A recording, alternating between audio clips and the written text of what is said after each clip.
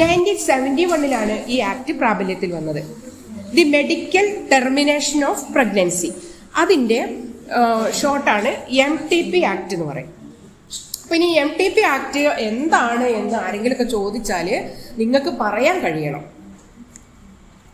അപ്പൊ ഈ MTP ആക്ടിന്റെ തുടക്കത്തിൽ തന്നെ ചില വേർഡുകളെ കുറിച്ച് പരാമർശിക്കുന്നുണ്ട്. അപ്പൊ ഞാൻ സാധാരണ ക്ലാസ് എടുക്കാൻ പോകുമ്പോൾ കുറച്ച് സാമൂഹികമായിട്ടുള്ള കാര്യങ്ങളൊക്കെ പറഞ്ഞിട്ടാണ് ക്ലാസ് എടുക്കല്. ഇപ്പൊ നിങ്ങളോട് ഇപ്പൊ ഇന്ത്യനെ കുറിച്ച് പറഞ്ഞതുപോലെ. പക്ഷെ ഈ കേസിൽ എനിക്ക് കുറച്ചേ അതൊക്കെ പറയാനുള്ളൂ. ഇത് കുറച്ച് കൂടുതലായിട്ട് ഞാൻ ആക്ടിലേക്ക് വരികയാണ്, നിയമത്തിലേക്ക് വരികയാണ്. അപ്പോൾ ഇത് നിങ്ങൾക്ക് ബോറടിക്കുന്നതൊന്നല്ല, നിങ്ങളിത് മനസ്സിലാക്കി വെക്കേണ്ടതാണ്. അപ്പോൾ MTP ആക്ട് എന്താന്ന് ചോദിച്ചാൽ ഇനി നിങ്ങൾക്ക് പറയാൻ കഴിയണം എന്താന്നുള്ളത്. The medical termination of pregnancy act 1971. ഈ ആക്ട് കൊണ്ടുവരാനുള്ള കാരണം, അതായത് നമ്മുടെ സമൂഹത്തിൽ ഈ ഗർഭഛിദ്രം അല്ലെങ്കിൽ അബോർഷൻ ചെയ്യാന്ന് പറയുന്നത് കേട്ടില്ലേ, അതൊക്കെ അതിനെ ലീഗലൈസ് ചെയ്യുക എന്നുള്ള ഉദ്ദേശത്തോട് കൂടിയിട്ടാണ് ഇത് കൊണ്ടുവന്നത്. അതായത് ആദ്യമൊക്കെ ഒരുപാട് അബോർഷൻസ് നമ്മുടെ വീട്ടിൻ്റെ ഉള്ളിൽ നടക്കാറുണ്ട്. പല കാരണങ്ങളെ കൊണ്ടും അബോർഷൻ ചെയ്യേണ്ട അവസ്ഥ സ്ത്രീകൾക്ക് ഉണ്ടാവാറുണ്ട്.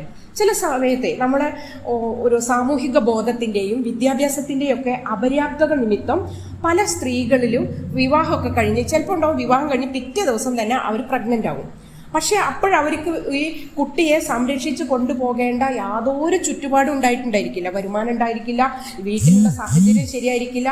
ചിലയിടത്ത് ഒരു കുട്ടിയെ പ്രസവിച്ചു വന്നു, അടുത്ത വർഷം തന്നെ ഒരു കുട്ടി പ്രസവിക്കും, അതിൻ്റെ അടുത്ത വർഷം തന്നെ വീണ്ടും.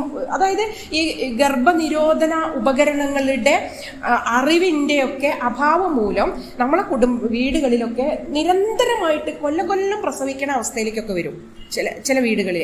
അപ്പോൾ അങ്ങനെയുള്ള സാഹചര്യങ്ങളിലൊക്കെ നമ്മളെ വീടുകളിൽ, ഇപ്പോഴല്ല ഞാൻ പറയുന്നത്, കുറച്ച് മുന്നേ, പിന്നെ കേരളത്തിന് പുറത്തുള്ള സംസ്ഥാനങ്ങളിൽ ഇപ്പോഴും നടന്നുകൊണ്ടിരിക്കുന്നതൊക്കെ പലതരത്തിലുള്ള മരുന്നുകളൊക്കെ, വല്ല കായ കഴിച്ചിട്ട് അബോർഷൻ ചെയ്യിക്കുക, അല്ലെങ്കിൽ ആയുർവേദ മരുന്ന് കൊണ്ടുവന്ന് കുടിച്ച് അബോർഷൻ ചെയ്യിക്കുക. നമ്മൾ കേട്ടിട്ടുണ്ട് ചിലവരൊക്കെ ശരീരത്തിന് പരിക്ക് പറ്റുന്ന രീതിയിൽ ഇത് അബോർഷൻ ചെയ്ത് പോകാൻ വേണ്ടി ശരീരത്തെ ഹാർഡായിട്ട് പീഡിപ്പിക്കുന്ന രീതിയിലൊക്കെ എങ്ങനെയെങ്കിലും അബോർഷൻ ചെയ്ത് പോകാൻ വേണ്ടിയിട്ട് നിയമപരമല്ലാത്ത രീതിയിലൊക്കെ മനുഷ്യൻ സഞ്ചരിച്ചിട്ടുണ്ട്. അങ്ങനെയുള്ള സാഹചര്യത്തിൽ പലപ്പോഴും ഈ സ്ത്രീകളുടെ ജീവന് തന്നെ അതൊക്കെ ഭീഷണിയായിരുന്നു.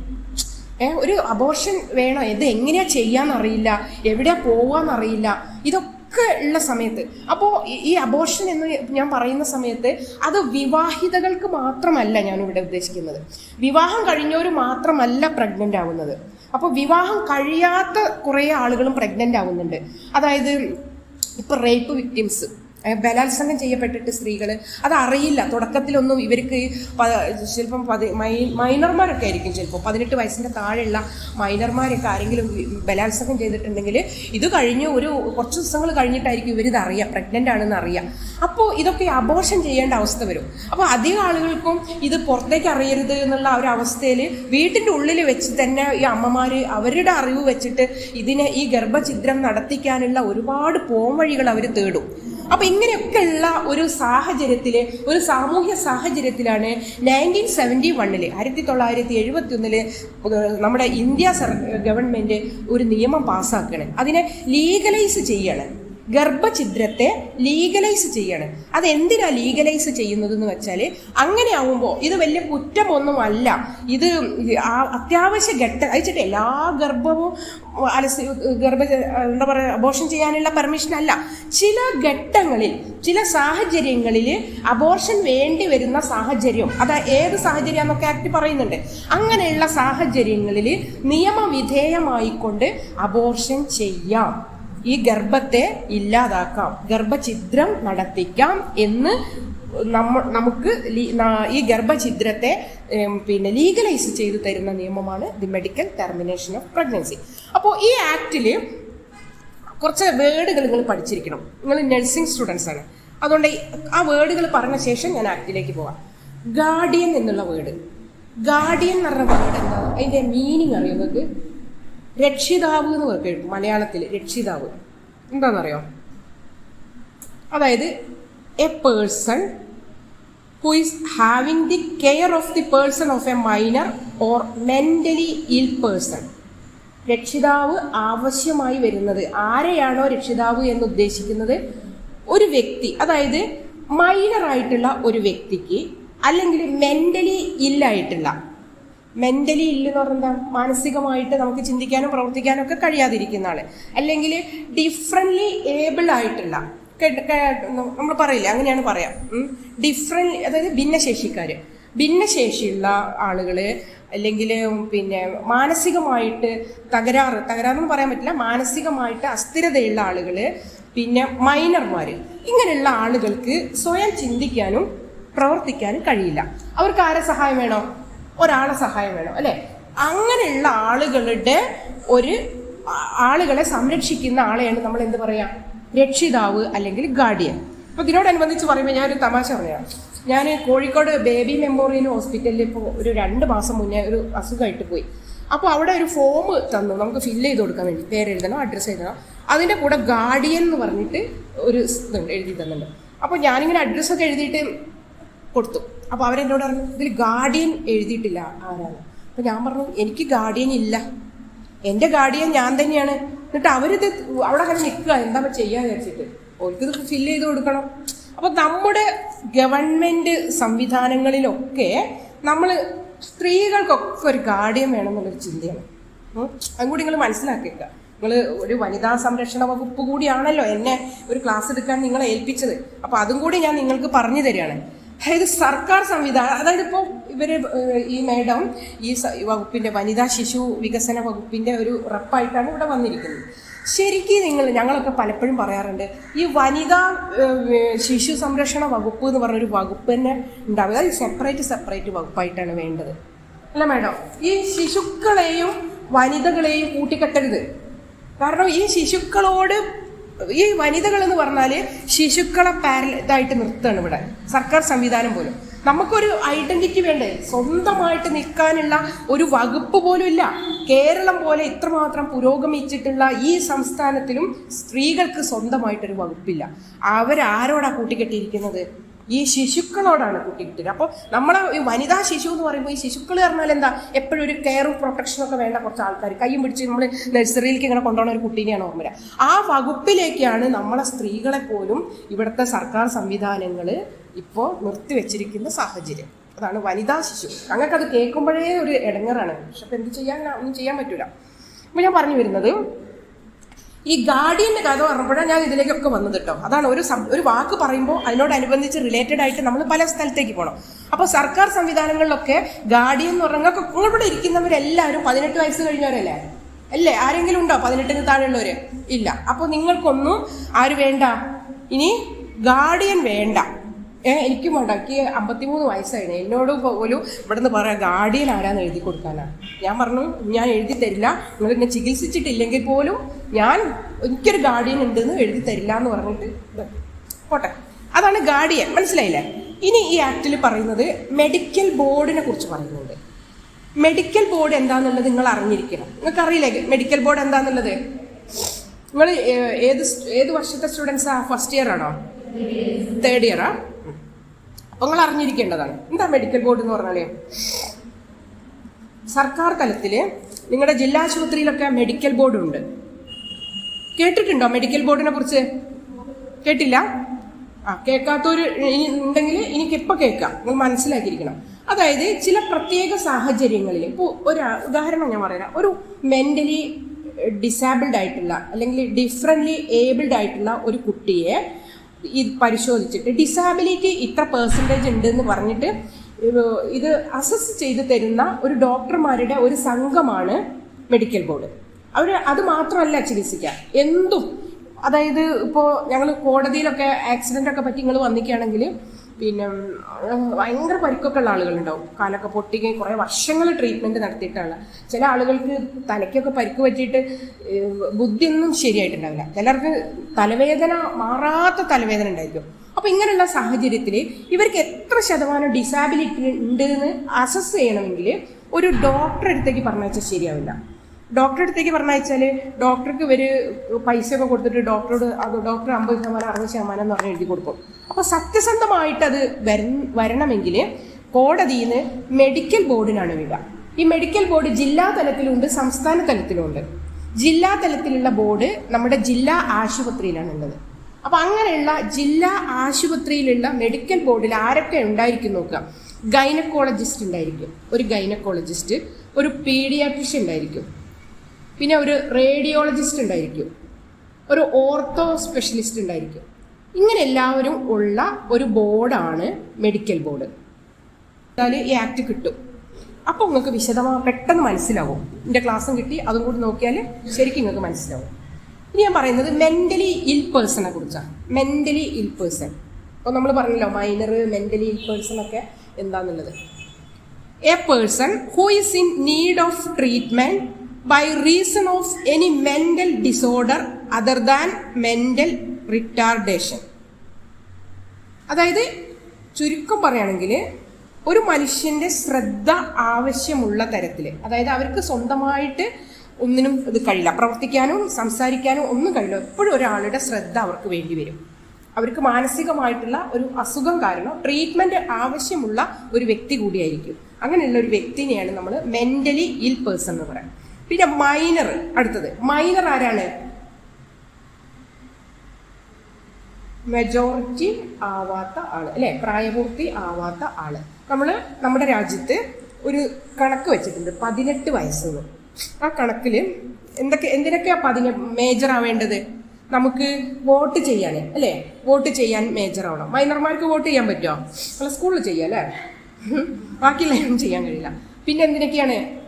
വിവാഹം കഴിക്കുക, അല്ലേ, വിവാഹം കഴിക്കാൻ 18 വയസ്സാണ്. പിന്നെ നമ്മൾ നല്ല ഡോക്യുമെൻ്റ് ഒക്കെ ഒപ്പിടണമെങ്കിലൊക്കെ മേജർ ആവുക. ചില ഡോക്യുമെൻറ്റുകൾ, എഗ്രിമെൻറ്റുകൾ, ഇങ്ങനെയുള്ള കാര്യങ്ങളൊക്കെ ഒപ്പിടണമെങ്കിൽ, കോൺട്രാക്റ്റ് ഇതൊക്കെ ഒപ്പിടണമെങ്കിൽ പ്രായപൂർത്തിയാവണം. വിവാഹം കഴിക്കണമെങ്കിൽ അതൊക്കെ നിങ്ങളോട് പിന്നെ പറഞ്ഞിട്ട് കാര്യമില്ല. നിങ്ങൾ എല്ലാവരും 18 കഴിഞ്ഞ ആൾക്കാരാണ്. ചില സ്കൂളിൽ +2 പോയാൽ ഞാൻ പ്രത്യേകം പറഞ്ഞു കൊടുക്കലാണ്. കാരണം ചില കുട്ടികളുണ്ട് 18 ആയി എന്നറിയാം. എൻ്റെ ഒരു സുഹൃത്തിൻ്റെ മകളുണ്ട്, കുറച്ച് മുന്നേ മഞ്ചേരിയിൽ നിന്ന് 18 ആവുന്നതിൻ്റെ മുന്നേ ഒരാളെ കൂടെ ഒളിച്ചോടി. അങ്ങനെ ഒളിച്ചോടിയപ്പോൾ ഇവർ പ്രേമത്തിലായിരുന്നു. 1-2 മാസമേ ഉള്ളായിരുന്നു 18 വയസ്സാവാൻ വേണ്ടിയിട്ട്. അങ്ങനെ ഒളിച്ചോടിയ സമയത്ത് പോലീസ് പിടിച്ച് വീട്ടുകാർ പരാതി കൊടുത്ത് പോലീസ് പിടിച്ചു. അവൻ ജയിലിൽ കിടന്നു. കാരണം എന്താ? 18 വയസ്സ് ആവാത്ത കുട്ടിയെയും കൊണ്ടിട്ട് ഒളിച്ചോടിയാൽ വലിയ ഒഫൻസാണത്. അതിൽ പെട്ടെന്ന് പിടിച്ചോണ്ട് വന്നിട്ട് ജയിലിലിടും. അപ്പോൾ നിങ്ങൾക്കിപ്പോൾ ആവശ്യമില്ല കേട്ടോ, ആ നിയമം നിങ്ങൾക്ക് ആവശ്യമില്ല കഴിഞ്ഞു. അപ്പോൾ അങ്ങനെയൊക്കെയാണ് ഈ മൈനർമാരുടെ അവസ്ഥ. അപ്പോൾ നമ്മൾ എന്തൊക്കെ പറഞ്ഞു? ഈ ഗാർഡിയനെ പറഞ്ഞു, മെഡിക്കൽ ബോർഡ് പറഞ്ഞു, മെൻ്റലി ഇൽ പേഴ്സൺ പറഞ്ഞു, മൈനറെ പറഞ്ഞു. ഇനി registered medical practitioner. Registered medical practitioner ആരാണ്? Registered medical practitioner who possesses any recognised medical qualification as defined section 2 of the Indian medical council act 1956. 1956 Indian medical council act പ്രകാരം register ചെയ്തിട്ടുള്ള medical ബിരുദമുള്ള ആളെയാണ് registered medical practitioner എന്ന് പറയാം. RP, registered medical practitioner, RMP എന്ന് പറയും, registered medical practitioner. ഇയാൾക്ക് ഈ ആക്ടിൽ വലിയ പ്രാധാന്യമുണ്ട്. അപ്പോൾ ഈ ആക്ടിൽ പറയേണ്ട കുറേ പേരുകളാണ്.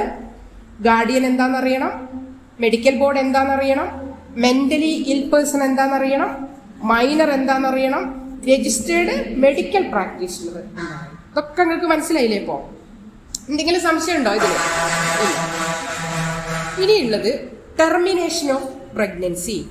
ആർക്കൊക്കെ ഗർഭഛിദ്രം നടത്താൻ പറ്റും, എവിടെ വെച്ച് ചെയ്യാൻ പറ്റും, ആർക്കാണ് അത് ചെയ്യാൻ പറ്റുക, ഈ കാര്യങ്ങൾ നമ്മൾ മനസ്സിലാക്കണം.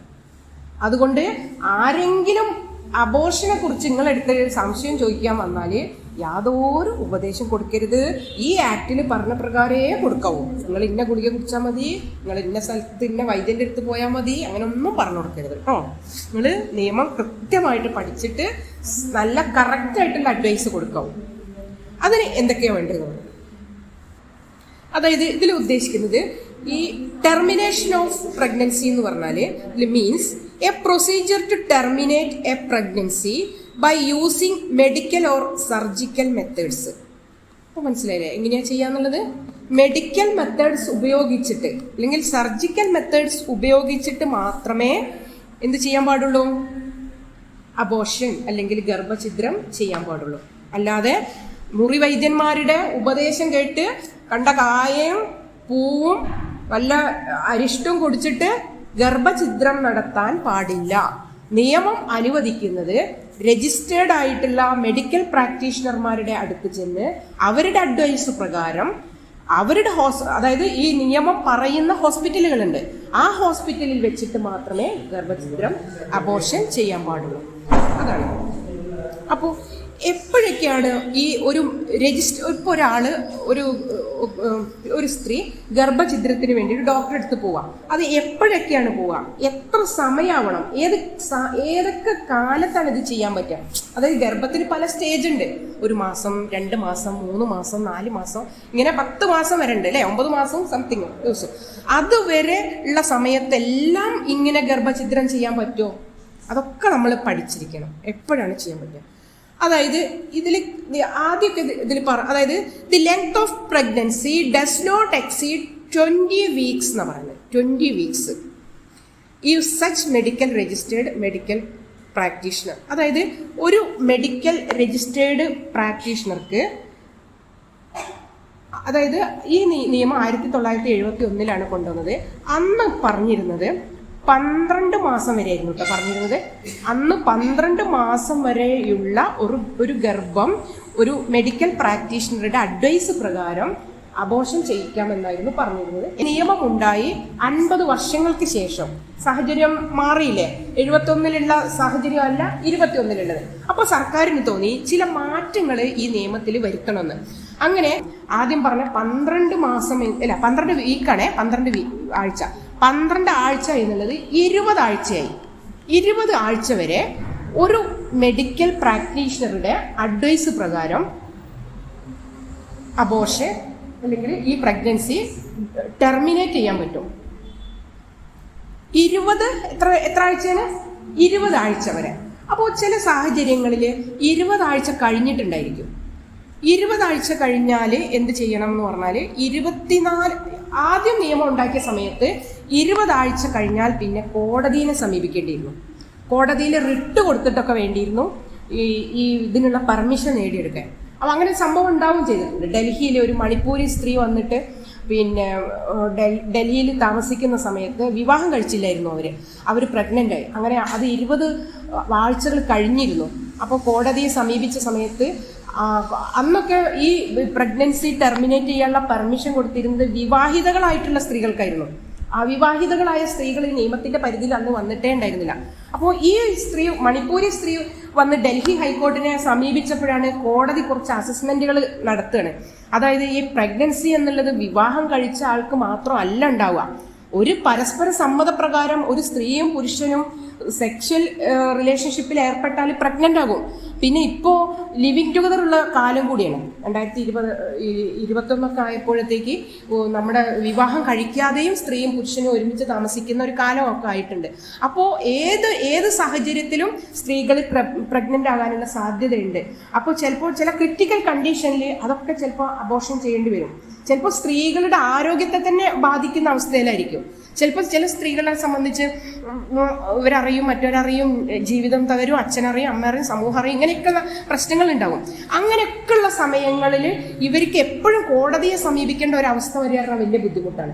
അതുകൊണ്ടാണ് 2021 ഈ നിയമം അമെൻമെന്റ് നടത്തിയത്. അമെൻമെന്റ് നടത്തിയിട്ട് കൊണ്ടുവന്ന മാറ്റങ്ങൾ എന്ന് പറഞ്ഞാൽ, ഒന്ന്, അവിവാഹിതകളായ സ്ത്രീകളെയും ഇതിലേക്ക് ഉൾപ്പെടുത്തി എന്നുള്ളതാണ്. ആദ്യം വിവാഹിതകളായ സ്ത്രീകൾക്കായിരുന്നു ഉണ്ടായിരുന്നത്. ഇങ്ങനെ ഈ 20 ആഴ്ച വരുന്ന സമയത്ത് അല്ലെങ്കിൽ പിന്നെ ഒരു മെഡിക്കൽ പ്രാക്ടീഷണറുടെ പെർമിഷനോട് കൂടിയിട്ട് ഇത് ഈ പ്രഗ്നൻസി ടെർമിനേറ്റ് ചെയ്യാൻ പറ്റുള്ളായിരുന്നു. മറ്റേ അവിവാഹിതകളായ ആൾക്കാർ എന്ത് വേണ്ടിയിരുന്നു? കോടതിയിൽ പോയിട്ട് റിട്ട് കൊടുത്തിട്ട് പെർമിഷൻ വാങ്ങേണ്ടിയിരുന്നു. പക്ഷേ 21 അമെൻമെന്റിൽ എന്തായി? വിവാഹിതകൾക്കും അവിവാഹിതകൾക്കും ഇത് ചെയ്യാമെന്നുള്ള അവസ്ഥ വന്നു. അപ്പോൾ 20 ആഴ്ച കഴിഞ്ഞാൽ പിന്നെ എന്താ ചെയ്യാം? അങ്ങനെ ഉള്ള അവസ്ഥ വരുന്ന സമയത്ത് 2 പ്രാക്ടീഷണർമാരുടെ, രജിസ്റ്റേർഡ് മെഡിക്കൽ പ്രാക്ടീഷണർമാരുടെ അഡ്വൈസോട് കൂടിയിട്ട് ഇത് ചെയ്യാൻ പറ്റും. 20 ആഴ്ച അതായത് നിയമം അമെൻമെന്റ് നടത്തിയപ്പോൾ വന്ന മാറ്റങ്ങളാണ്. ഒന്ന്, അവിവാഹിതകൾക്കും ഈ പ്രഗ്നൻസി ടെർമിനേറ്റ് ചെയ്യാൻ പറ്റും, കോടതിയിൽ പോകേണ്ട ആവശ്യമില്ല. രണ്ടാമത്തേത്, 2 മെഡിക്കൽ പ്രാക്ടീഷണർമാരുടെ, രജിസ്റ്റേർഡ് മെഡിക്കൽ പ്രാക്ടീഷണർമാരുടെ പെർമിഷനോട് കൂടി, അഡ്വൈസോട് കൂടിയിട്ട് പ്രഗ്നൻസി ടെർമിനേറ്റ് ചെയ്യാൻ പറ്റും. 20 വീക്സിനും ശേഷം കേട്ടോ, 24 വീക്സിന്. ഇനി 24 വീക്സിന് ശേഷമാണെങ്കിലോ ചിലപ്പോൾ അപ്പോഴായിരിക്കും നമ്മൾ കണ്ടത്. ഇപ്പോൾ ഈ റേപ്പ് വിക്ടിംസ് ഒക്കെ ചിലപ്പോൾ അത് മനസ്സിലാക്കിയില്ല എന്ന് വരും പെട്ടെന്ന്. മൈനർമാരായിട്ടുള്ള ആളുകൾ, മെൻ്റലി റിട്ടാർഡഡ് ആയിട്ടുള്ള ആളുകൾക്കൊന്നും ഇത് മനസ്സിലാവില്ല. അവർ ഇപ്പോൾ ഒരു 24 ആഴ്ചകൾക്കും ശേഷമാണ് അവർ പ്രഗ്നൻ്റ് ആണെന്നുള്ളത് മനസ്സിലാക്കുന്നത്. അത് ആ സ്ത്രീയുടെ ശരീരത്തിന് ആ പ്രഗ്നൻസി കീപ്പ് ചെയ്താൽ ആ സ്ത്രീയുടെ ശരീരത്തിന് തന്നെ വലിയ ബുദ്ധിമുട്ടാവും, അവരുടെ ജീവന് തന്നെ ഭീഷണിയാവും എന്നുള്ള ഘട്ടത്തിൽ 24 ആഴ്ചകൾക്ക് ശേഷമാണ് അത് വരുന്നതെങ്കിൽ പിന്നെ അവർ ചെയ്യുക എന്താന്ന് പറഞ്ഞാൽ മെഡിക്കൽ ബോർഡിൻ്റെ അഡ്വൈസ് എടുക്കും. മെഡിക്കൽ ബോർഡിനാണ് പിന്നെ പെർമിഷൻ കൊടുക്കുക. അത് എല്ലാവർക്കും ഇല്ല കേട്ടോ. ഇങ്ങനെയുള്ള ഒരു സ്ത്രീയുടെ ജീവന് ഭീഷണിയാവുന്ന ഘട്ടത്തിൽ, മൈനർമാർ പ്രഗ്നൻ്റ് ആവുന്ന സമയത്ത്, മെൻ്റലി റിട്ടാർഡഡ് ആയിട്ടുള്ള സ്ത്രീകൾ പ്രഗ്നൻ്റ് ആവുന്ന സമയത്തൊക്കെയാണ് ഈ ലാസ്റ്റ് 20 ആഴ്ചയ്ക്ക് ശേഷം എല്ലാവരും ചെന്നിട്ട് വേറെ സ്ത്രീകൾ, സാധാരണ ആരോഗ്യ പ്രശ്നങ്ങളൊന്നും ഇല്ലാത്ത സ്ത്രീകൾ ചെന്നിട്ട് എനിക്ക് ഗർഭഛിദ്രം വേണമെന്ന് പറഞ്ഞാൽ സമ്മതിക്കില്ല. ചില പ്രത്യേക സാഹചര്യങ്ങളിൽ, അപ്പോൾ പറഞ്ഞില്ലേ എങ്ങനത്തെ ആളുകളാണെന്നുള്ളത്. അങ്ങനെ മറിച്ചായിരുന്നെങ്കിൽ ഇപ്പം എല്ലാവർക്കും ഈ അബോർഷൻ ചെയ്യാൻ ഇത്രയും 20 ആഴ്ചകൾക്ക് ശേഷം അബോർഷൻ ചെയ്യാം എന്നുള്ള ഒരു അവസ്ഥയ്ക്കുള്ള ഒരു പെർമിഷൻ കൊടുക്കുക എന്ന് പറഞ്ഞാൽ ഇവിടെ തലമുറയില്ലാതെ ആവില്ലേ? അങ്ങനെ ഒരിക്കലും നിങ്ങൾ ചിന്തിക്കരുത്. ആർക്കൊക്കെയാണ് കൊടുത്തത്? 20 ആഴ്ച വരെ ഒരു സ്ത്രീക്ക്, അത് കൃത്യമായിട്ട് നിങ്ങൾ ശരിക്കും മനസ്സിലാക്കണം. 20 ആഴ്ച വരെ നോർമലിൽ ഒരു സ്ത്രീക്ക് വീട്ടിൽ ചിലപ്പോൾ പ്രശ്നങ്ങളുണ്ടാവും, ഭർത്താവിൻ്റെ അടുത്ത് പ്രശ്നങ്ങളുണ്ടാവും. ഇങ്ങനെയൊക്കെയുള്ള പ്രശ്നങ്ങളുള്ള സമയത്ത് ഒരു ഡോക്ടറുടെ അഡ്വൈസ് പ്രകാരം ഒരു സ്ത്രീക്ക് നോർമലായിട്ട് അബോർഷൻ ചെയ്യാം. ഇനി 20 ശേഷം 24 ആഴ്ചകൾ വരെയുള്ള സമയത്താണ് അതെല്ലാവർക്കും കൊടുക്കില്ല പെർമിഷൻ. അത് ആർക്കൊക്കെ കൊടുക്കും എന്നുള്ളതാണ്. അത് റേപ്പ് വിക്ടിമിന് കൊടുക്കും, മെൻ്റലി റിട്ടാർഡഡ് ആയിട്ടുള്ള ആൾക്കാർക്ക് കൊടുക്കും, ഡിഫറൻ്റ്ലി ഏബിൾഡ് ആയിട്ടുള്ള ആൾക്കാർക്ക് കൊടുക്കും. അത് തന്നെ 2 ഡോക്ടർമാരുടെ പെർമിഷൻ വേണം അത് ചെയ്യാൻ, 20നും 24നും ആഴ്ചകളും. ഇനി 24 ആഴ്ചകൾക്ക് ശേഷമാണ് ഇത് ചെയ്യുന്നതെങ്കിൽ മെഡിക്കൽ ബോർഡിൻ്റെ അഡ്വൈസ് വേണം. അതും ഇങ്ങനെയുള്ള സ്ത്രീകൾക്കേ കൊടുക്കുള്ളൂ കേട്ടോ. റേപ്പ് വിക്ടിമിന്, ഡിഫറൻ്റ്ലി ഏബിൾഡ് വിമണിന്, മൈനർ ലേഡിക്ക്, പിന്നെ മെൻ്റലി ഇൽനെസ് ആയിട്ടുള്ള സ്ത്രീകൾക്ക്, ഇങ്ങനെയുള്ള ആൾക്കാർക്ക് മാത്രം മെഡിക്കൽ ബോർഡിൻ്റെ പെർമിഷൻ പ്രകാരം അത് കൊടുക്കും. അപ്പോൾ അത് മനസ്സിലായില്ലേ നിങ്ങൾക്ക്? പിന്നെ ഇത് കൃത്യമായിട്ട് മനസ്സിലായില്ലേ പറഞ്ഞു തന്നത്? അതായത് ഈ ഗർഭധാരണ അവസാനിപ്പിക്കാൻ വേണ്ടി, പ്രഗ്നൻസി ടെർമിനേറ്റ് ചെയ്യാൻ വേണ്ടിയിട്ട് ഒരു സ്ത്രീ ഒരു ഡോക്ടറുടെ അടുത്ത് ചെന്ന് വിചാരിക്കാം. അങ്ങനെ ചെന്നിട്ട് അവരുടെ പേരൊക്കെ അവിടെ എഴുതി വെക്കും. ഇത് ഈ ഡോക്ടർ പുറത്തേക്ക് വെളിപ്പെടുത്താൻ പറ്റില്ല, അത് രഹസ്യാത്മകമായിരിക്കണം. ഇപ്പോൾ ഒരാൾക്കേ നമ്മളെ വീട്ടിൻ്റെ അടുത്തുള്ള ഒരാൾ ചെന്നിട്ട് ആ ഡോക്ടറോട് ചോദിക്കാം, ഇന്നലെ വന്നില്ലായിരുന്നു ഒരു സ്ത്രീ, പിന്നെ എൻ്റെ വീടിൻ്റെ അടുത്തുള്ള, നമ്മളെ നാട്ടിലൊക്കെ ആകുമ്പോൾ അതൊക്കെ സ്വാഭാവികമാണല്ലോ, അന്വേഷിച്ച് കണ്ടെത്താൻ ഭയങ്കര കൗതുകവും. അങ്ങനെ പുറത്തുള്ള ആരെങ്കിലും വന്നിട്ട് ഒരു ഡോക്ടറോട് ഈ അബോർഷൻ ചെയ്തതിൻ്റെ ഡീറ്റെയിൽസ് ചോദിക്കുകയാണെങ്കിൽ ഒരിക്കലും പറഞ്ഞു കൊടുക്കരുത് എന്നാണ്. കാരണം ഇത് രഹസ്യമാണ്, ഒരു സ്ത്രീയുടെ പേഴ്സണൽ മാറ്ററാണത്. അത് അങ്ങനെ ഈ അബോർഷൻ ചെയ്യിക്കാൻ ഈ സ്ത്രീയുടെ പെർമിഷനും കൂടി വേണം കേട്ടോ.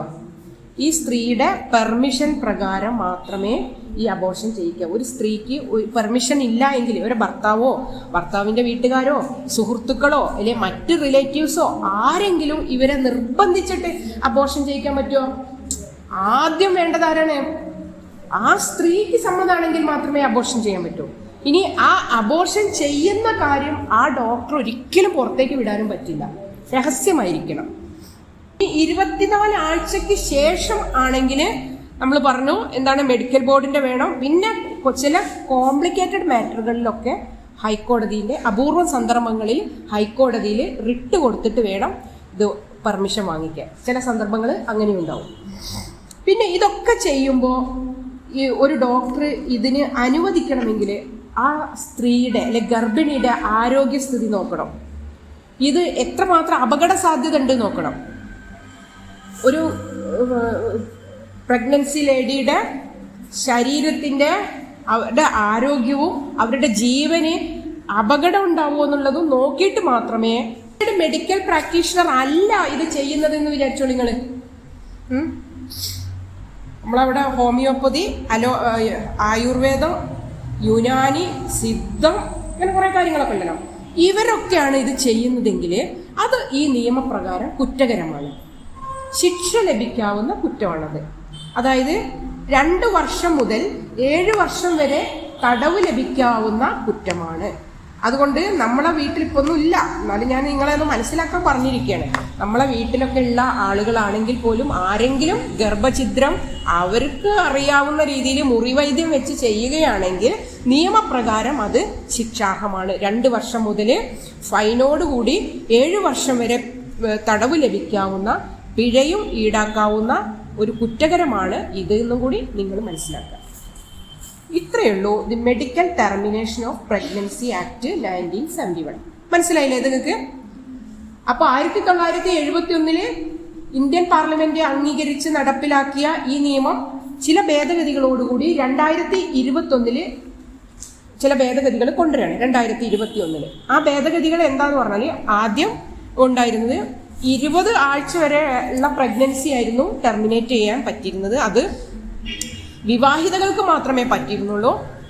അമെൻമെന്റോട് കൂടിയിട്ട് അവിവാഹിതകളായിട്ടുള്ള സ്ത്രീകൾക്കും പ്രഗ്നൻസി ടെർമിനേറ്റ് ചെയ്യാൻ പറ്റും. പിന്നെ ഈ ടെർമിനേറ്റ് ചെയ്യുന്നത് 20 മുതൽ 24 വരെ ആഴ്ചയുള്ള കാലഘട്ടത്തിൽ പണ്ടൊക്കെ കോടതിയിൽ കൊണ്ടിരുന്നു. ഈ അമെൻമെന്റോട് കൂടി കോടതിയിൽ പോവേണ്ട, മെഡിക്കൽ പ്രാക്ടീഷണർ മെഡിക്കൽ ബോർഡിന്റെ പെർമിഷനോട് കൂടിയിട്ട് ഇത് ടെർമിനേറ്റ് ചെയ്യാം എന്നുള്ള ഒരു ഭേദഗതി വന്നു. പിന്നെ 24 ശേഷമൊക്കെ വരിക വെച്ചാൽ അത്രയും ദുർഘടം പിടിച്ച സമയത്ത് മാത്രമേ 24 ആഴ്ചകൾക്ക് ശേഷം സമ്മതിക്കുള്ളൂ, അല്ലെങ്കിൽ സമ്മതിക്കില്ല. 24 ആഴ്ചകൾക്ക് ശേഷം ഇല്ല. 20 മുതൽ 24 വരെ ആഴ്ചകൾ വരെ മെഡിക്കൽ ബോർഡിന്റെ പെർമിഷൻ വേണം. പിന്നെ 20 ആഴ്ച വരെ 2 രജിസ്റ്റേർഡ് മെഡിക്കൽ പ്രാക്ടീഷണറുടെ പെർമിഷൻ കിട്ടിയാൽ മതി. 24 ആഴ്ചകൾക്ക് ശേഷമൊക്കെ ചെയ്യാറുള്ള വളരെ അപൂർവമായിട്ടേ ചെയ്യുള്ളൂ. അത് അത്രയും ആ സ്ത്രീയുടെ ജീവന് ബുദ്ധിമുട്ടാണെന്ന് മനസ്സിലാക്കി മെഡിക്കൽ ബോർഡും അഡ്വൈസ് ചെയ്യണം, നിങ്ങൾ റിട്ടിന് കൊടുത്തോളൂ, കോടതിയുടെ പെർമിഷൻ പ്രകാരം മാത്രമേ ചെയ്യാവൂ. ഇത് ഈ ആക്ട് അംഗീകരിച്ചിട്ടുള്ള ഹോസ്പിറ്റലിൽ വെച്ചിട്ടേ ചെയ്യാവൂ. ഈ ആക്ട് അംഗീകരിച്ചിട്ടുള്ള രജിസ്റ്റേർഡ് മെഡിക്കൽ പ്രാക്ടീഷണറുടെ അഡ്വൈസ് പ്രകാരമേ ചെയ്യാവൂ. ഇത്രയൊക്കെ കാര്യങ്ങളാണ് ഇതിലുള്ളത്. പിന്നെ ഇങ്ങനൊരു ആക്ട് കൊണ്ടുവരാനുള്ളൊരു കാരണം, പണ്ടൊക്കെ അല്ലേ ഇത് ഈ മതപരമായിട്ട് ചിന്തിക്കുമ്പോൾ നമ്മുടെ സമൂഹത്തിൽ ഈ ഭ്രൂണഹത്യയാണല്ലോ അത്. ഭ്രൂണഹത്യ, അബോർഷൻ എന്ന് പറഞ്ഞാൽ ഒരു ഭ്രൂണഹത്യ. മതങ്ങൾ ഇതിനെ അലൗ ചെയ്യുന്നില്ല, ഇത് സമ്മതിക്കില്ല. പല മതങ്ങളും പറയുന്നത് എന്താ വെച്ചാൽ ദൈവം തന്നതാണ്, അപ്പോൾ നമ്മൾക്ക് അതിനെ കൊല്ലാനുള്ള അർഹത നമുക്കില്ല, അധികാരമില്ല എന്നുള്ള ഒരു കാഴ്ചപ്പാടാണ് മതങ്ങൾക്ക്. ഇന്ത്യ എന്നുള്ള രാജ്യം എന്ന് പറഞ്ഞാൽ മതങ്ങൾക്ക് വളരെ സ്വാധീനമുള്ള ഒരു രാജ്യമാണ്. അപ്പോൾ ഒരു മതവും ഇത് സമ്മതിക്കാത്തത് കൊണ്ട് കുറേ കാലങ്ങളിൽ നമ്മളെ സ്ത്രീകളൊക്കെ ഈ പ്രസവ സമയത്ത് മരണപ്പെടുന്ന ഒരു അവസ്ഥ ഉണ്ടായിരുന്നു. അന്ന് ക്രിറ്റിക്കലായിട്ടുള്ള പല പ്രസവങ്ങൾ പണ്ടൊക്കെ നിങ്ങൾ കേട്ടു. നിങ്ങളെ അമ്മമാർക്കും നിങ്ങളെ അമ്മയുടെയും അമ്മയൊക്കെ പറഞ്ഞു, ചിലപ്പോൾ നിങ്ങൾ കേട്ടിട്ടുണ്ടോ എനിക്കറിയില്ല, നിങ്ങളെ അമ്മ പറഞ്ഞിട്ടുള്ളതൊക്കെ അറിവുണ്ടായിരിക്കും. കാരണം പ്രസവത്തിൽ കുറേ സ്ത്രീകൾ മരിക്കാറുണ്ട്. കാരണം ക്രിറ്റിക്കലാണെന്ന് തോന്നുന്ന സമയത്ത്, ഈ പ്രസവം ശരിക്കും നടക്കില്ല എന്നുള്ള സമയത്ത് ഈ ആക്ട് വന്നതിന് ശേഷം നമുക്ക് അബോർഷൻ ചെയ്യാൻ പറ്റും. പക്ഷെ അബോർഷൻ ചെയ്യാതെ ക്രിട്ടിക്കൽ കണ്ടീഷൻ അതുവരെ സഹിച്ച് നിന്ന് അവസാനം അമ്മയും മരിക്കും, കുട്ടിയും മരിക്കും എന്നുള്ള ഒരു അവസ്ഥ ഒരുപാട് വന്നിട്ടുണ്ട്. പിന്നെ ഇതിൽ വേറൊരു എന്ന് പറഞ്ഞാൽ, സ്ത്രീകൾക്ക് അവരുടെ ഒരു കുട്ടിയെ എപ്പോൾ വേണം എപ്പോൾ വേണ്ട എന്നുള്ള രീതിയിൽ തീരുമാനിക്കാനുള്ളൊരു അവസ്ഥ ഇല്ലായിരുന്നു. പണ്ടൊക്കെ അങ്ങനെയായിരുന്നു. പക്ഷെ ഇപ്പോൾ ലോകമെങ്ങും സ്ത്രീകളുടെ അവകാശങ്ങളും അവരുടെ ആവശ്യങ്ങളൊക്കെ വളരെയധികം ചർച്ച ചെയ്യപ്പെടുന്ന ഒരു കാലഘട്ടമാണിത്. അപ്പോൾ ഒരു കുട്ടിയെ വേണോ വേണ്ടേ എന്നൊക്കെ തീരുമാനിക്കാനുള്ള ഒരു സ്ത്രീയുടെ ഒരു അവകാശത്തെ കൂടി ഈ നിയമം ഊന്നി പറയുന്നു എന്ന് വേണമെങ്കിൽ നമുക്ക് പറയാം. എന്ന് വെച്ച് എല്ലാ ആൾക്കും ഏത് സമയത്തും പോയിട്ട് അബോർഷൻ ചെയ്യാനോ ഗർഭഛിദ്രം ചെയ്യാനുള്ള ഒരു ആക്റ്റാണ് എന്ന് നിങ്ങൾ തെറ്റിദ്ധരിക്കരുത്. കുറച്ച് സ്ത്രീയുടെ ഒരു അന്തസ്സിന് ഒരു പ്രാധാന്യം കൊടുത്തുകൊണ്ടുകൂടിയാണ് ഈ ആക്ട് നിയമവിധേയമാക്കിയിട്ടുള്ളത്. ഇത്രയാണ് ദി മെഡിക്കൽ ടെർമിനേഷൻ ഓഫ് പ്രഗ്നൻസിയിൽ എനിക്ക് പറയാനുള്ളത്. ഇനി നിങ്ങൾക്ക് ഇതിനെക്കുറിച്ച് എന്തെങ്കിലും അറിയണമെങ്കിൽ ഈ ആക്ട് നിങ്ങൾക്ക് ഗൂഗിളിൽ ഈ ആക്ട് അടിച്ചു കൊടുത്താൽ കിട്ടും. അപ്പോൾ നിങ്ങൾക്ക് എപ്പോഴെങ്കിലും ആവശ്യമായിട്ട്, ഇതിപ്പോൾ ക്ലാസ്സൊക്കെ എടുത്ത് നിങ്ങൾ മറന്നു, കുറേയൊക്കെ കഴിഞ്ഞിട്ട് നിങ്ങൾക്ക് ആവശ്യം വരികയാണെങ്കിൽ നിങ്ങൾ MTP ആക്ട് 1971 എന്ന് അടിച്ചു കൊടുത്താൽ നിങ്ങൾക്ക് കിട്ടും. അത് നോക്കിയിട്ട് വിശദമായിട്ട് നിങ്ങൾക്കത് വായിച്ച് മനസ്സിലാക്കാൻ പറ്റും. Pre conception and pre natal diagnostic, DIAGNOSTIC, techniques act, TECHNIQUES, techniques act, ACT 1994. അതിൻ്റെ ചുരുക്കം പറയുന്നത് PCP NDT ആക്ട്. ഇതൊക്കെ എന്താണെന്നുള്ളത് ജസ്റ്റ് ഒന്ന് മനസ്സിലാക്കിയിരിക്കുക. ഭ്രൂണ പരിശോധന നിരോധന നിയമം എന്ന് മലയാളത്തിൽ പറയാം. PCP NDT ആക്ട് എന്ന് പറഞ്ഞാൽ 1994, 1994 നിയമം വന്നത്. ഈ നിയമം, ഇതിന് മലയാളത്തിൽ ഭ്രൂണ പരിശോധന നിരോധന നിയമം. അപ്പോൾ നമുക്ക് മനസ്സിലായി അല്ലേ എന്താന്നുള്ളത്. അതായത് ഈ ഭ്രൂണ പരിശോധന നിരോധന നിയമം കൊണ്ടുവരാനുള്ള സാഹചര്യം ഞാൻ പറഞ്ഞുതരാം. അതായത് ഇന്ത്യയിൽ പെൺകുട്ടികൾ ജനിക്കുകയാണെങ്കിൽ അതിനെ അറിയുകയാണെങ്കിൽ, പെൺകുട്ടിയാണെന്ന് അറിയുകയാണെങ്കിൽ ഗർഭത്തിൽ വെച്ച് തന്നെ കൊല്ലണൊരവസ്ഥ ഉണ്ടായിരുന്നു. അപ്പം തമിഴ്നാട്ടിലൊക്കെ ജനിച്ചു കഴിഞ്ഞാൽ പെൺകുട്ടിയാണെങ്കിൽ ഈ നെല്ല് വേറെ ഓരോ കായകളൊക്കെ വായലിക്ക് ഇട്ട് കൊടുത്തിട്ട് കുഞ്ഞായിരിക്കുമ്പോൾ ജനിച്ച ഉടനെ തന്നെ ഒരുപാട് പെൺകുഞ്ഞുങ്ങൾ മരണപ്പെട്ടിട്ടുണ്ട്, കൊന്നിട്ടുണ്ട്. ആരും അറിയില്ല ഇത്. പിന്നെ ഗർഭാവസ്ഥയിൽ ഇപ്പോൾ അബോർഷൻ വന്നല്ലോ, ഗർഭഛിദ്രം നിയമവിധേയമാക്കി കഴിഞ്ഞപ്പോൾ എന്തിനുള്ള സാധ്യത കൂടി? ഭ്രൂണത്തെ അത് പെണ്ണാണ് എന്ന് അറിയാൻ കഴിഞ്ഞാൽ, അതായത് 1990കളിലാണ് അൾട്രാസൗണ്ട് സ്കാനിങ് ഉപകരണങ്ങൾ വ്യാപകമായത്. USG, ആ അൾട്രാസൗണ്ട് സ്കാനിങ് വ്യാപകമായതോടുകൂടി 1990 കാലഘട്ടത്തിൽ ഈ ഗർഭം ഉള്ള സമയത്ത് ഈ സ്കാനിങ് നടത്തിയാൽ ഇതാണാണോ പെണ്ണാണോ എന്ന് മനസ്സിലാക്കാൻ പറ്റും. അങ്ങനെ മനസ്സിലാക്കി കഴിഞ്ഞാൽ ഇന്ത്യയിലൊരു കാഴ്ചപ്പാടുണ്ട്, നമ്മളെ കേരളത്തിലൊക്കെ അതുണ്ട്, അത് നമ്മളെല്ലാ കുടുംബങ്ങളിലും അതുണ്ട്. ആൺകുട്ടിയാണെങ്കിൽ ആൺകുട്ടിക്ക് വേണ്ടി കാത്തിരിക്കുക. ഇപ്പോൾ ഒരു കുടുംബത്തിൽ ഒരു 4 പെൺകുട്ടികളുണ്ടെങ്കിൽ പിന്നെ 5ാമത് 6ാമതൊക്കെ പ്രസവിക്കും. പണ്ടൊക്കെ അങ്ങനെയായിരുന്നു. ഇപ്പോഴാണ് 2 3 നിർത്തുന്നത്. പണ്ട് 5 6 ഇപ്പോൾ ഞങ്ങളെയൊക്കെ അമ്മമാരുടെ ആ ഒരു ഇതിൽ 11 12 ഒക്കെ ഉണ്ട് ആ കാലഘട്ടത്തിൽ. അപ്പോൾ അത് ചിലപ്പോൾ അങ്ങനെയൊക്കെ സംഭവിക്കുന്നത് എങ്ങനെയാ വെച്ചാൽ ആൺകുട്ടി വരുന്നത് വരെ ഇവരിങ്ങനെ പ്രസവിച്ചുകൊണ്ടേയിരിക്കും. അപ്പോൾ ഇങ്ങനെ ആൺകുട്ടിക്ക് ഒരു വലിയ പ്രാധാന്യം നമ്മുടെ സമൂഹത്തിൽ കൊടുത്തിരുന്നു, കുടുംബങ്ങളിൽ. ആൺകുട്ടി വേണം എന്നുള്ള. എന്നാൽ പെൺകുട്ടിയാണെന്ന് പറഞ്ഞിട്ട് കരഞ്ഞ ആളുകൾ വരെ കണ്ടിട്ടുണ്ട്. അതെന്താ വെച്ചാൽ ഇവരെ കല്യാണം കഴിച്ചു കൊടുക്കുമ്പോൾ നമ്മുടെ സൊസൈറ്റീൻ്റെ സിസ്റ്റം അതാണല്ലോ, കുറേ സ്വർണം വേണം, ഇവരെ വളർത്തി വലുതാക്കണം. ഇപ്പോഴൊക്കെ സമൂഹത്തിൻ്റെ ഘടന മൊത്തം മാറിയിട്ടുണ്ട് അല്ലേ. ഇപ്പോൾ സ്വർണം ചോദിച്ചു വരുന്ന ആളോട് സ്വർണമില്ലാതെയാണ് ഞാൻ കല്യാണം കഴിക്കാൻ ധൈര്യത്തോട് പറയുന്ന നിങ്ങളെ തലമുറയിലെ പെൺകുട്ടികളുണ്ട്. ഞങ്ങളൊക്കെ വളരെ സന്തോഷത്തോടു കൂടിയിട്ടാണ് നിങ്ങളെ നോക്കിക്കാണുന്നത്. അത്രയും ധൈര്യമുള്ള കുട്ടികളാണ് ഇന്ന്. പക്ഷെ അന്നത്തെ കാലഘട്ടത്തിൽ അങ്ങനെയല്ലായിരുന്നു. ഒരുപാട് സ്വർണം വീട്ടിൽ സാമ്പത്തികമായിട്ടില്ലാത്ത അച്ഛനും അമ്മയ്ക്കും ബുദ്ധിമുട്ടായിരുന്നു. വീട് വിറ്റിട്ട് സ്ഥലം വിറ്റിട്ടൊക്കെ സ്വർണം വാങ്ങിയിട്ട് കല്യാണം കഴിച്ചു കൊടുക്കേണ്ട അവസ്ഥ. അപ്പോൾ ആൺകുട്ടിയാണെങ്കിൽ ഇവരെന്താ വിചാരിക്കുക, ഇവർ കല്യാണം കഴിച്ച് ഇങ്ങോട്ട് കൊണ്ടുവരുമ്പോൾ ഇതൊക്കെ ഇങ്ങോട്ട് കിട്ടല്ലോ, ഇവരെ കുടുംബത്തിന് കിട്ടല്ലോ. പിന്നെ സ്ത്രീധനം എന്ന് പറഞ്ഞൊരു സമ്പ്രദായമുണ്ട്. അതിപ്പോൾ കുറച്ച് ഒഴിവായിട്ടുണ്ട്, എന്നാലും കംപ്ലീറ്റ് ഒഴിവായെന്നും പറയാനും വയ്യ. അപ്പോൾ ആൺകുട്ടി ആണെങ്കിൽ ഞങ്ങളുടെ കുടുംബത്തിൽ എന്തുണ്ട് ഇതൊക്കെ ഇങ്ങോട്ട് കിട്ടും, പെൺകുട്ടിയാണെങ്കിൽ ഇതൊക്കെ അങ്ങോട്ട് കൊടുക്കേണ്ട ഒരവസ്ഥ. അങ്ങനത്തെ ഒരു സാമൂഹ്യ സാഹചര്യമായിരുന്നു ഇന്ത്യയിൽ നിലനിന്നിരുന്നത്. ഇപ്പോഴും ഏറെക്കുറെ അങ്ങനെയൊക്കെ തന്നെയാണ്. ഒരുപാട് മാറ്റങ്ങളൊന്നും ഉണ്ടായില്ല. മാറ്റങ്ങൾ ഉണ്ടാക്കേണ്ട ആളുകൾ ആരൊക്കെയാണ്? നമ്മളൊക്കെ തന്നെയാണ് മാറ്റങ്ങൾ ഉണ്ടാക്കേണ്ടത്. അപ്പൊ അങ്ങനെയുള്ള ഒരു സാഹചര്യം നിലനിൽക്കുന്ന സമയത്ത് സ്ത്രീ ആണ് എന്ന് ഈ അൾട്രാസൗണ്ട് സ്കാനിങ് മുഖാന്തിരം മനസ്സിലാക്കി കഴിഞ്ഞപ്പോൾ ഒരുപാട് ഇതിനെ ഇല്ലാതാക്കുക, സ്ത്രീയാണെന്ന് മനസ്സിലാക്കുമ്പോൾ ആ ഭ്രൂണത്തെ ഇല്ലാതാക്കുന്ന ഒരു പ്രവണത ഇന്ത്യയിൽ മൊത്തം നിലനിന്നിരുന്നു. ഒരുപാട് അങ്ങനെ നടന്നിട്ടുണ്ട്. ഒരുപാട് ഭ്രൂണഹത്യകൾ, ഭ്രൂണഹത്യകൾ കേരളം അടക്കമുള്ള സംസ്ഥാനങ്ങളിൽ ഒരുപാട് നടന്നിട്ടുണ്ട്. അങ്ങനെ നടക്കുന്നു എന്ന് ഗവൺമെന്റിന് വിവരം കിട്ടിയപ്പോൾ ഗവൺമെന്റ് 1994 കൊണ്ടുവന്ന നിയമമാണ് ഈ PCP NDT ആക്ട്, അല്ലെങ്കിൽ ഭ്രൂണ പരിശോധന നിരോധന നിയമം. ഇതിൽ പറയുന്നത് പ്രകാരം 2000 പെൺഭ്രൂണഹത്യ ഒരു ദിവസം നടന്നിരുന്നു എന്നാണ് പറയുന്നത്.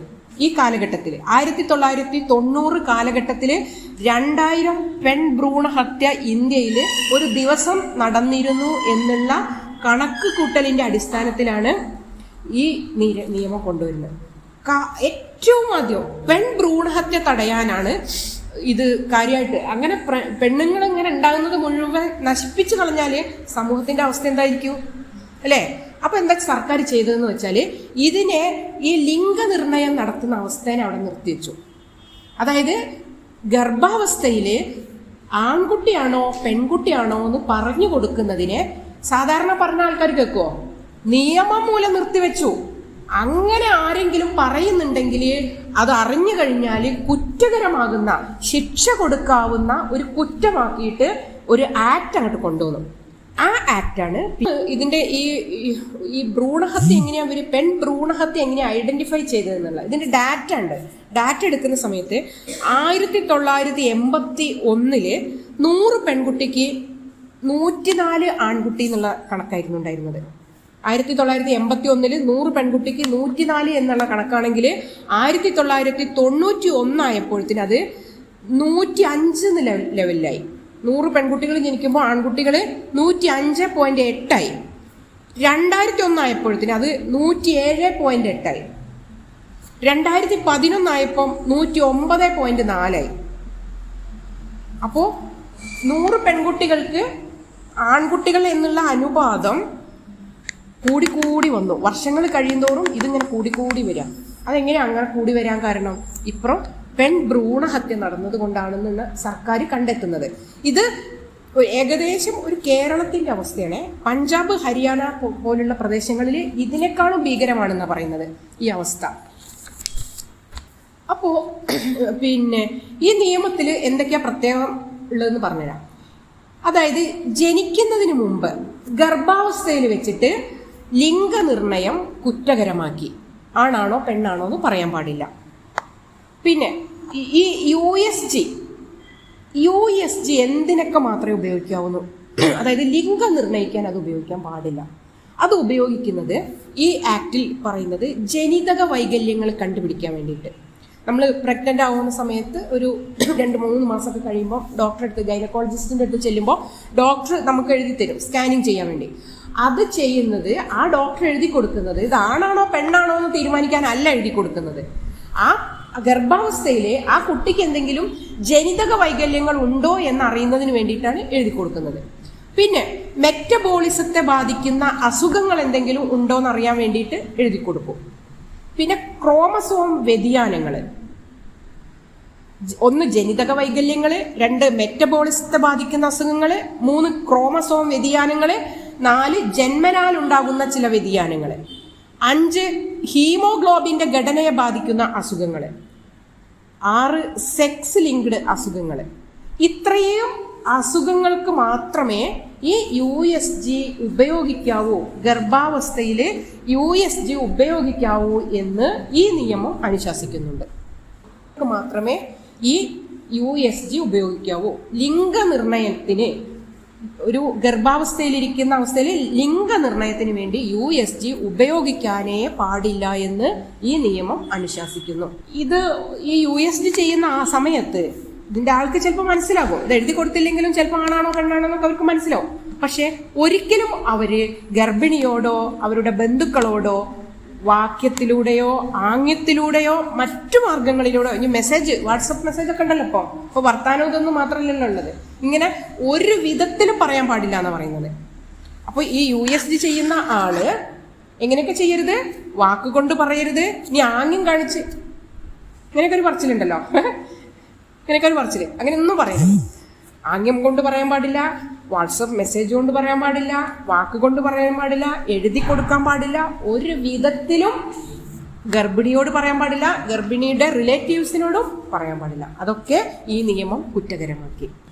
പിന്നെ ചെയ്യുന്നത് പല ഡോക്ടർമാരുടെ പരസ്യങ്ങൾ കണ്ടിരിക്കും, പക്ഷേ അല്ലെ ഇൻഫെർട്ടിലിറ്റിന്റെ ഒക്കെ പരസ്യം കണ്ടിരിക്കും. പല തരത്തില് മഞ്ഞപ്പിത്തത്തിന്റെ അസുഖം, പല തരത്തിലുള്ള അസുഖങ്ങളുടെയും അതിൻ്റെയൊക്കെ ഇങ്ങനെ പരിശോധന നടത്തുക, ഇന്ന ഡോക്ടർ അതിനെ നോക്കും, ഇങ്ങനെയൊക്കെയുള്ള പരസ്യങ്ങൾ കാണാം. പക്ഷേ ലിംഗനിർണയം നടത്തിത്തരാന്നുള്ള നിങ്ങൾ എവിടെയും കണ്ടിട്ടുണ്ടോ?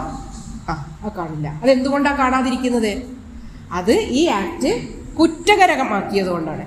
അങ്ങനെ ഒരു പരസ്യം ചെയ്താൽ അവർക്ക് ഈ നിയമപ്രകാരം ശിക്ഷ ലഭിക്കും എന്നുള്ളത് കൊണ്ടാണ് അവർ അങ്ങനെ ഒരു ക്ലിനിക്കും ഒരു ഹോസ്പിറ്റലും ഒരു ഡോക്ടറും അങ്ങനെ ഒരു പരസ്യം ചെയ്യാത്തത്. അതായത് ഗർഭധാരണ സമയത്ത് ലിംഗനിർണയം നടത്താൻ സാധിക്കുമെന്ന് നോട്ടീസ് മുഖാന്തിരോ സർക്കുലർ മുഖാന്തിരോ ലേബൽ മുഖാന്തിരോ രേഖകൾ മുഖാന്തിരോ അല്ലെ മെസ്സേജ് മുഖാന്തിരോ ഇലക്ട്രോണിക്സ് ഉപയോഗം ഒരു വിധത്തിലും ഈ TV പരസ്യങ്ങളുടെ അതിലൂടെയോ അല്ലെങ്കിൽ ബാനർ വെക്കുക ഒരു വിധത്തിലും ലിംഗനിർണയം നടത്തിത്തരാമെന്ന് ഒരു ഡോക്ടർക്കും ഒരു ഹോസ്പിറ്റലിനും ഒരു ക്ലിനിക്കിനും പരസ്യം ചെയ്യാൻ പാടില്ല. അങ്ങനെ ചെയ്താൽ അത് കുറ്റകരമാവും. അതുകൊണ്ടാണ് നിങ്ങളൊന്നും അത്തരത്തിലുള്ള പരസ്യങ്ങൾ കാണാത്തത്. വിശദമായിട്ട് പറഞ്ഞിട്ടുണ്ട് അത്. പിന്നെ മാധ്യമങ്ങൾ, പരസ്യ ബോർഡ്, ചുവരെഴുത്ത്, സിഗ്നല്, പ്രകാശം, ശബ്ദം, അങ്ങനെ ഒരു രീതിയിലും ചെയ്യരുത്. അങ്ങനെ ചെയ്യുകയാണെങ്കിൽ 3 വർഷം വരെ തടവാ പറയുന്നത്. 3 വർഷം വരെ തടവും 10,000 രൂപ പിഴയ്ക്കും. അങ്ങനെ ഈ ലിംഗനിർണയം നടത്തിത്തരാമെന്നുള്ള പരസ്യം എവിടെയെങ്കിലും ചെയ്തിക്കുകയാണെങ്കിൽ അവർക്കെതിരെയുള്ള ശിക്ഷയാണ് 3 വർഷം വരെ തടവും 10,000 രൂപ പിഴയ്ക്കും ഈ നിയമം വ്യവസ്ഥത്തിന്. എല്ലാവർക്കും ഭ്രൂണ പരിശോധന, അതായത് ഈ USG ചെയ്യാനൊന്നും പറ്റില്ല. അത് ചെയ്യുന്നത് പിന്നെ ഈ ആക്ടിന്റെ കീഴിൽ രജിസ്റ്റർ ചെയ്ത സ്ഥാപനങ്ങൾക്ക് മാത്രമേ അത് ചെയ്യാൻ പറ്റുള്ളൂ. ഏതെങ്കിലും ഒരു ഗൈനക്കോളജിസ്റ്റ് പിന്നെ അല്ലെങ്കിൽ മെഡിക്കൽ പ്രാക്ടീഷണർ അല്ലെങ്കിൽ ഈ പീഡിയാട്രിഷ്യൻ ആരെങ്കിലും പിന്നെ ഈ രജിസ്റ്റേർഡ് സ്ഥാപനത്തിനല്ലാതെ ഈ ആക്ട് പ്രകാരം രജിസ്റ്റർ ചെയ്ത സ്ഥാപനത്തിലേക്കല്ലാതെ ഇത്തരത്തിലുള്ള USGക്ക് ഒന്നും എഴുതി കൊടുക്കാൻ പാടില്ല. ഇപ്പോൾ സാധാരണഗതിയിൽ നമ്മൾ സ്കാനിങ്ങിനൊക്കെ ഡോക്ടർ പ്രൈവറ്റൊക്കെ ആയിട്ട് ചെല്ലുമ്പോൾ ഡോക്ടർ വേറെ സ്ഥലത്തേക്ക് എഴുതി തരില്ലേ ചെയ്യാം. അപ്പം അങ്ങനെ ഈ ഡോക്ടർ എഴുതി തരുന്ന സ്ഥാപനങ്ങൾ അംഗീകൃതമായിരിക്കണം. ഈ നിയമപ്രകാരം രജിസ്റ്റർ ചെയ്ത ഒരു സ്ഥാപനത്തിൽ നിന്ന് മാത്രമേ ഇത്തരത്തിലുള്ള ഈ USG ചെയ്യാൻ പാടുള്ളൂ. അതായത് ഭ്രൂണ പരിശോധന, ലിംഗനിർണയമല്ല, ഭ്രൂണ പരിശോധന തന്നെ ചെയ്യാൻ പാടുള്ളൂ. നിയമാനുസൃതമല്ലാത്ത ഒരു സ്ഥലത്ത് നിന്ന് ചെയ്യരുത്. അപ്പോൾ ഒരു രജിസ്റ്റേർഡ് മെഡിക്കൽ പ്രാക്ടീഷണർ ഇത് എഴുതുന്ന സമയത്ത് അവരെന്ത് ചെയ്യണം? ഇത് നോക്കണം. ഇത് എഴുതി കൊടുക്കുന്ന സ്ഥാപനത്തിന് അംഗീകാരമുണ്ടോ, രജിസ്റ്റേർഡ് ആണോ എന്നുള്ളത് നോക്കിയതിന് ശേഷം മാത്രമേ ചെയ്യാവൂ. അങ്ങനെ ചെയ്തിട്ടില്ലെങ്കിൽ അതും കുറ്റകരമാണ്. ഇപ്പൊ നമ്മൾ പറഞ്ഞു ഇതിൽ കുറെ ഒരു 6 കാര്യങ്ങൾ പറഞ്ഞു, USG ചെയ്യാവുന്ന കാര്യങ്ങൾ അല്ലേ? 6 കാര്യങ്ങൾ നിങ്ങൾ എഴുതിയെടുത്തിട്ടുണ്ട്. ഈ കാര്യങ്ങളൊക്കെ പിന്നെ ചെയ്യുന്ന ഇത് ഈ സ്ഥാപനങ്ങൾ മുഴുവൻ ഈ നിയമപ്രകാരം രജിസ്റ്റർ ചെയ്തിരിക്കണം എന്നാണ് പറയുന്നത്. നമ്മൾ ജനിതക വൈകല്യങ്ങൾ ഉണ്ടോ എന്നുള്ളതിന് സ്കാനിങ് ചെയ്യുന്നത്, പിന്നെ അല്ലെങ്കിൽ വേറെ എന്തെങ്കിലും തരത്തിലുള്ള ഇത് ഈ സ്കാനിങ് ചെയ്യുന്ന എല്ലാ സ്ഥാപനങ്ങളും ഗർഭസംബന്ധമായിട്ടുള്ള ഗർഭസംബന്ധമായില്ല, അല്ലെങ്കിൽ പിന്നെ ലിംഗനിർണയം അതിൽ പാടില്ല. ലിംഗനിർണയം ഈ നിയമം കംപ്ലീറ്റ് അവോയ്ഡ് ചെയ്യാനാണ് പറയുന്നത്. ഒരാളും ചെയ്യാൻ പറ്റില്ല. വാക്കുകളെ കൊണ്ടോ പരസ്യങ്ങളെ കൊണ്ടോ എഴുതിയിട്ടോ പിന്നെ ബോർഡോ ചുമരെഴുത്ത് കൊണ്ടോ ഒരു വിധത്തിലും ലിംഗനിർണയം നടത്താൻ പാടില്ല. ഇനി ഈ ഗർഭ പരിശോധനയ്ക്ക് തന്നെയുള്ള ഈ സ്കാനിങ് ചെയ്യുന്ന സ്ഥാപനങ്ങൾ വരെ എങ്ങനെയുള്ളതായിരിക്കണം? അതൊക്കെ അംഗീകൃതമായിരിക്കണം. ഈ ആക്ട് പറയുന്ന തരത്തിലുള്ള സ്ഥാപനങ്ങളിൽ അല്ലെങ്കിൽ ഈ നിയമം അനുശാസിക്കുന്ന വിധത്തിൽ രജിസ്റ്റേർഡ് ആയിട്ടുള്ള സ്ഥാപനങ്ങളിലേക്ക് മാത്രമേ ഈ മെഡിക്കൽ പ്രാക്ടീഷണർമാർ വരെ ഇത് എഴുതി കൊടുക്കാനും പാടുള്ളൂ. ഇത്രയൊക്കെയാണ് ഇതിൽ പറയുന്നത്. അതായത് മനസ്സിലായില്ലേ? ഭ്രൂണ പരിശോധന നിരോധന നിയമം എന്തുകൊണ്ടാണ് അങ്ങനെ വന്നത്? അങ്ങനെ ഒരു നിയമം ഇവിടെ കൊണ്ടുവരാനുള്ള ഒരു സാഹചര്യം മനസ്സിലായോ? ഇന്ത്യ എന്ന് പറഞ്ഞ രാജ്യം പറയാൻ കാരണം എന്താ? എല്ലാ രാജ്യങ്ങളെ പോലെയാണോ ഇന്ത്യ? ഇപ്പൊ UK പോലെയോ അമേരിക്ക പോലെയോ ഒക്കെ അത്രമാത്രം വികസിച്ച ഒരു രാജ്യമാണോ ഇന്ത്യ? അല്ല. എന്നാൽ ഇന്ത്യയിലുള്ള എല്ലാ സംസ്ഥാനങ്ങളും ഒരേപോലെയാണോ ചോദിച്ചാൽ അതുമല്ല അല്ലേ? കേരളം അതിനേക്കാളൊക്കെ ബെറ്ററാണ്. നമ്മളിവിടെ പെൺഭ്രൂണഹത്യൊന്നും ഇപ്പോൾ ഇല്ല, ഞാൻ വിചാരിക്കുന്നു കേട്ടോ. കുറച്ച് മുന്നേ ഒക്കെ കുറേ നമ്മൾ കേട്ടിട്ടുണ്ട്. പക്ഷെ ഇപ്പോൾ ഒക്കെ നമ്മൾ പെൺകുട്ടികളാണെന്ന് പറഞ്ഞിട്ട് നമ്മളെ വീട്ടുകാർ അംഗീകരിക്കാനും പെൺകുട്ടികൾ സ്വത്താണെന്നും പറഞ്ഞ് നിങ്ങൾ കേട്ടില്ലേ സോഷ്യൽ മീഡിയയിലൊക്കെ? പിന്നെ നമ്മൾ വനിതാ ദിനമൊക്കെ ആഘോഷിക്കാറുണ്ട് അല്ലേ? സ്ത്രീകളെ അല്ലെങ്കിൽ പെൺകുട്ടികളെ പ്രൊമോട്ട് ചെയ്യാൻ വേണ്ടിയിട്ടുള്ള ഒരുപാട് അല്ലെ അവരെ സംരക്ഷിക്കാൻ വേണ്ടിയുള്ള ഒരുപാട് നിയമങ്ങൾ നിലനിൽക്കുന്ന ഒരു രാജ്യം കൂടിയാണ്. പക്ഷെ ഇന്ത്യയിലെ മറ്റുള്ള രാജ്യങ്ങളെയൊക്കെ അപേക്ഷിച്ച് ഒരടി മുന്നിൽ കേരളം നിൽക്കുന്നു. അതുകൊണ്ടാണ് ഇത്ര സുരക്ഷിതമായിട്ടും ഇത്ര സൗഹാർദ്ദത്തിലും ഇത്ര സമാധാനത്തിലും നിങ്ങൾക്ക് ഇവിടെ വന്ന് ഇരുന്ന് പഠിക്കാനൊക്കെ ഉള്ള ഒരു സാമൂഹ്യ സാഹചര്യം ഇവിടെ നിലനിൽക്കുന്നത്. ഇതുപോലെ ഇന്ത്യയിലെ മറ്റുള്ള സംസ്ഥാനങ്ങൾക്കൊന്നും ഇല്ല.